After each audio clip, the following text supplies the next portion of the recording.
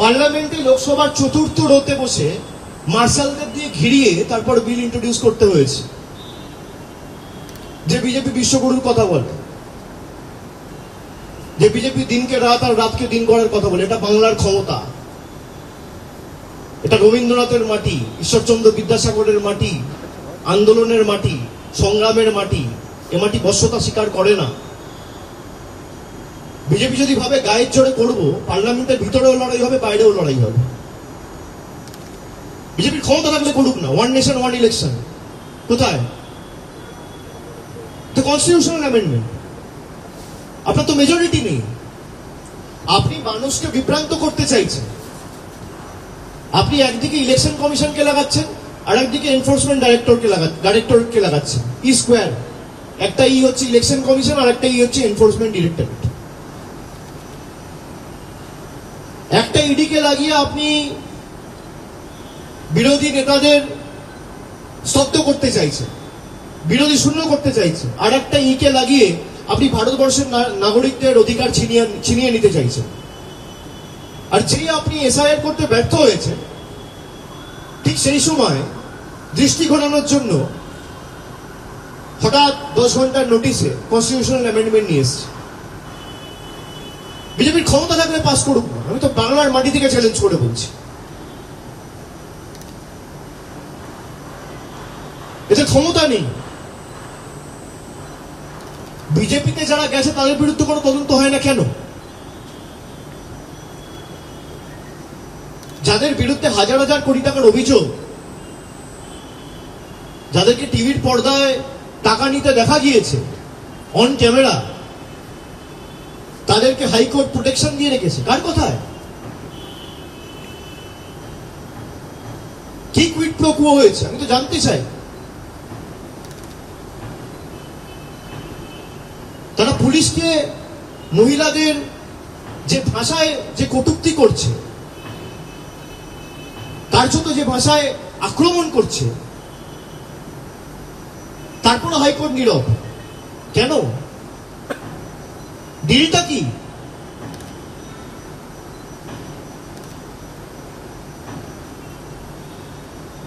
আমার জন্য আইন এক, আর সে বিজেপি করে বলে তার জন্য আইন আর এক। আমরা তো দেশের নাগরিক। গুজরাট, উত্তরপ্রদেশ, মধ্যপ্রদেশ, বাংলা, যেখানে যাবো না কেন, আইন তো সর্বত্র এক হওয়া উচিত। বিজেপিতে যারা গেছে তারা তো সব থেকে বেশি দুর্নীতিগ্রস্ত। আমি তো নাম বলছি আপনাদের। অজিত পাওয়ারের বিরুদ্ধে এই বিজেপি অভিযোগ করেনি, এই হিমন্ত বিশ্ব শর্মার বিরুদ্ধে বিজেপি অভিযোগ করেনি, এই অজিত পাওয়ারের বিরুদ্ধে করেনি, ইয়েড্ডুরাপ্পার বিরুদ্ধে আপনারা অভিযোগ পাননি।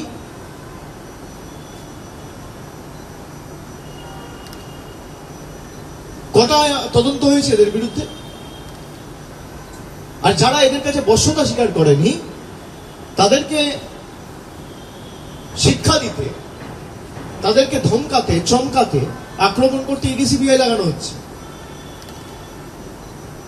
আমরা তো ইডিসিবিআই লড়েছি, আমার বিরুদ্ধে তো 6 বছর থেকে লড়ছে। তা আমার বিরুদ্ধে 6 বছর থেকে লড়ে তো একটা কেসে কোনো কিছু কেস ডায়েরি কোর্ট বারবার চাওয়ার পরে জমা নিতে পারেনি। ক্ষমা চাইবে? 30 দিন যদি কেউ হেফাজতে থাকে তাকে পদত্যাগ করতে হবে। আরে সেটা কোর্ট ঠিক করবে, আপনি কে?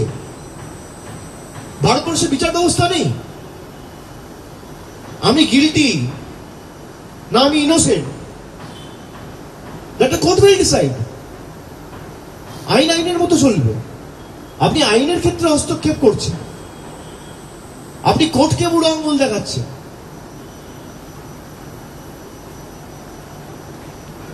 এই তো নতুন ভারতের নিদর্শন, এই তো উদাহরণ। বিজেপি যখন ফার্মার বিল ইন্ট্রোডিউস করলো, বিজেপির ইন্টেনশন কি ছিল? ফার্মারদের পাশে দাঁড়ানো, কৃষকদের পাশে দাঁড়ানো, তার শিল্পমন্ত্রী বন্ধুদের পাশে দাঁড়ানো, তাদের যাতে আরো বৃদ্ধি হয়। যখন ডিমনিটাইজেশন করলো, আমরা চেয়েছিলাম কালো টাকা ধ্বংস, কিন্তু লাইনে 140 কোটি মানুষকে দাঁড় করিয়ে গরিব মানুষের চোখে জল ফেলে নয়। আপনাদের উদ্দেশ্য ছিল আপনাদের বন্ধুদের কালো টাকা সাদা করা। আজকে দেশ রসাতলে তারা আরো ধনী থেকে ধনী হয়ে চলেছে। যখন আপনারা সিএ করলেন, আপনাদের উদ্দেশ্য নাগরিকত্ব দেওয়া নয়, নাগরিকত্ব নেওয়া, ভারতবর্ষের সাম্প্রদায়িক সম্প্রীতিকে নষ্ট করা। আপনাদের উদ্দেশ্য কোনোদিন দুর্নীতি রোখা নয়, আপনাদের উদ্দেশ্য গভর্নমেন্ট ভাঙা। মহারাষ্ট্রে যে কায়দায় আপনারা গভর্নমেন্ট ভেঙেছেন, মুখ্যমন্ত্রী গ্রেপ্তার করবেন, গভর্নমেন্ট ভাঙবেন, আর জোর জবরদস্তি ইডি সিবিআই লাগিয়ে আপনারা দলে জয়েন করাবেন। এই জন্য তো বিল আনা হচ্ছে। সরকার কর্মসংস্থান নিয়ে একটা বিল আনুক, বাংলার 50 লক্ষ মানুষের বাড়ির টাকা আটকে রেখেছে, বিল আনুক। হাইকোর্ট বলে দেওয়ার পর 100 দিনের টাকা শুরু করার জায়গায় আবার হাইকোর্টের অর্ডারকে চ্যালেঞ্জ করে সুপ্রিম কোর্টে আপিল করেছে, তখন তো বিল আনার কথা মনে পড়ে না। জল জীবন মিশনে প্রায় হাজার হাজার কোটি টাকা রাজ্যের বন্ধ, তখন তো বিল আনার কথা মনে পড়ে না। জিএসটি করে বলেছিলেন দেশের অর্থনীতিকে শক্তিশালী করবেন, দেশের বকেয়া পাওনা আজকে হাজার হাজার কোটি টাকা রাজ্যের আটকে রেখে দিয়েছেন, তখন তো বিল আনার কথা মনে পড়ে না। বিরোধীদের স্তব্ধ করতে বিল আনার কথা মনে পড়ে।